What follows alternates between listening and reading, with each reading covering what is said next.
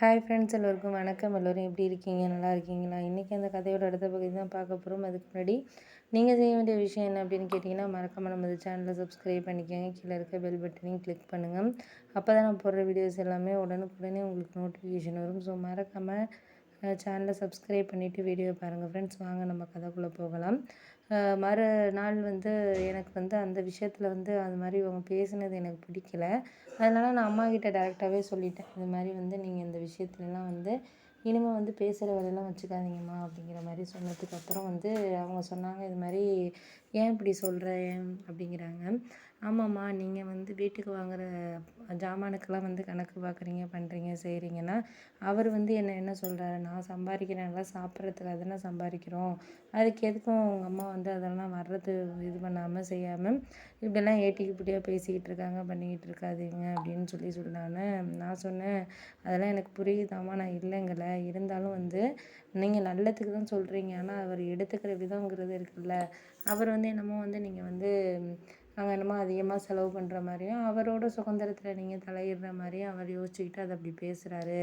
அதோட இந்த நாள் அவங்க அக்கா வந்துருந்துச்சுல்ல, அதுக்கு நீங்கள் சொன்னதுக்கும் அது இருந்ததுக்கும் அது வந்ததுனால தான் ஒரு வேலை இது பண்ணுறாங்களோ அப்படிங்கிற மாதிரி அது ஏதோ சொல்லி விட்டு போல இருக்குது, ஃபோன் பண்ணி ஏதோ அழுதிட்டு இருக்கு போல இருக்குது அப்படின்னோடனே, ஆமாம் ஆமாம் அதனால தான் இது பண்ணியிருக்கும் போல இருக்குது அப்படின்னோடனே, ஆமாம் ஆமாம் ஆமாம்மா, அது அவங்க அக்கா பேசுனுச்சு. அதனால தான் இது பண்ணிகிட்டு இருக்காங்க. அதனால அப்படின்னோன்னே, இத்தனை நாளைலாம் மாப்பிள்ளை இது மாதிரிலாம் பேசினதே கிடையாது அப்படின்னு சொன்னோன்னே, ஆமாம்மாம்மா அதுதான் உண்மை அப்படின்னோன்னே, சரி சரி அதெல்லாம் விடு, என்ன பண்ணுறது, நம்ம ஒரு சில நேரங்களில் நமக்கு அவங்கள நம்மளுக்கு பிடிச்சிருக்கு எல்லாம் ஓகே தான். ஆனால் இருந்தாலும் நம்மளோட ஒரு சில விஷயங்களை ஏற்றுக்கிறதுக்கு அவங்க தயாராக இல்லை. எங்கள் மேலேயும் தப்பு இருக்குமா, நாங்கள் எதுவும் உனக்கு அந்தளவுக்கு செய்யலை, பண்ணலை, லவ் மேரேஜ் பண்ணிக்கிட்டீங்க, அண்ணன் சரியில்லாதுங்கிறதுனால நான் இப்போ உன்னோட இருக்கிற மாதிரி இருக்க வசதானே இதெல்லாம் மாப்பிள்ளை இது பண்ணுறாரு அப்படின்னோடனே, அதுக்காக இதெல்லாம் நீ எதுவும் நினைக்காதம்மா, இன்னும் ஒரு 6 மாதம் நீ கொஞ்சம் அட்ஜஸ்ட் பண்ணி இரு, அதுக்கப்புறம்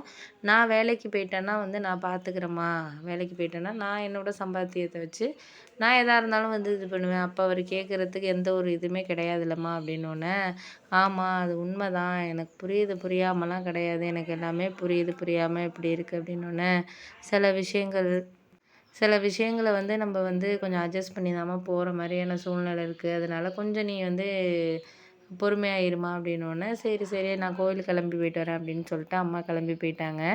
ஆனால் எதுவுமே எனக்கு கொஞ்சம் மனசு இதாக இருந்துச்சு. ஏன்னா அவர் இந்த மாதிரி அம்மா பேசிட்டாரு நேராகவே அப்படிங்கிறனால, நான் அவர் கூட ஒரு 2, 3 நாளாக பேசல. அதுக்கப்புறம் அவரே பேசினாரு, ஏன் நான் அத்தையை பேசினனால நீ எப்படி இருக்கிறியா அப்படின்னோடனே, அதெல்லாம் ஒன்றும் இல்லைங்க, நான் இல்லை நானும் இப்போ நீங்கள் சம்பாதிக்கிறதுல மட்டும்தானே அவங்க சாப்பிட்டுட்டு இருக்காங்க, நான் எல்லாம் சாப்பிட்றோம், அதனால் நீங்கள் அப்படி தான் பேசுவீங்க அப்படிங்கிற மாதிரி இது பண்ணோன்னே, நான் இப்போ வேலை பார்த்தேன்னா எங்கள் அம்மாவுக்கு எது வேணாலும் பண்ணலாம், செய்யலாம், யாரும் கேட்க மாட்டாங்க, பண்ண மாட்டாங்க. இதே இப்போ நீங்கள் இது பண்ணுற வாசி கேட்குறீங்க அப்படின்னோடனே, அதெல்லாம் எனக்கு ஓகே தான், எனக்கு புரியுது தான், புரியாமலாம் கிடையாது. இருந்தாலும் ஒரு சில விஷயங்களை நீ இது மாதிரி புரிஞ்சுக்கிற விதம் தான் தவறாக இருக்குது, உனக்கு புரிய மாட்டேங்குது, ஒரு சில விஷயங்கள்லாம் புரிய மாட்டேங்குது.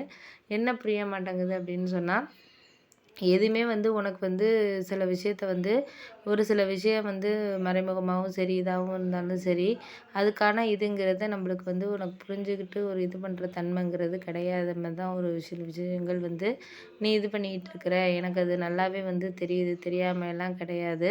அந்த நேரத்தில் அது அதுக்கான இதுங்கிறது இருக்கணும் அப்படிங்கிற மாதிரியான ஒரு சில நேரத்தை தான் நம்ம ஏற்படுத்தி கொடுக்கறதுக்கான இதுங்கிறது கிடையாதுமா அப்படிங்கிற மாதிரி இது பண்ணோன்னே, சரி விடுங்க, நம்ம என்ன பண்ணுறது, ஒரு சில நேரத்தில் நம்மளுக்கு அது அதுக்கான இதுங்கிறது நம்மளால் எதுவும் சமாளிக்க முடியாத மாதிரியான ஒரு சூழ்நிலை இருக்குது. அதனால தான் இப்போதைக்கு இப்போ இது பண்ணிக்கிட்டு இருக்கோம் அப்படின்னோடனே, ஆமாம்மா அதெல்லாம் சரிதான், நான் இல்லைங்கல, இதுக்காக நம்ம இதை தான் நம்ம இது பண்ணணும் அப்படிங்கிறத நம்ம இது பண்ண முடியாது. முடிஞ்ச வரைக்கும் நம்மளால் என்ன இது பண்ண முடியுதோ அதை நம்ம இருந்துட்டு வாழ்க்கை அடுத்ததை நம்ம பார்த்துட்டு போயிட்டு இருக்க வேண்டியது தான். அப்படி தான் ஒரு சூழ்நிலையில் தானே நம்ம இருக்கிறோம் அப்படின்னோடனே, ஆமாம்மா அதுவும் உண்மை தான், நம்மளுக்கு இருக்குது. ஏன்னா சூழ்நிலைகள் வந்து சில கடினமான விஷயங்கள வந்து இது பண்ணுறப்போ, நம்ம அதுக்கு தகுந்த இத வந்து நம்ம எடுத்துகிட்டு போகிற மாதிரியான ஒரு இதில தானே நம்ம இருக்கிறோம் அப்படின்னோனே, ஆமா, ஆமா அது உண்மைதான்.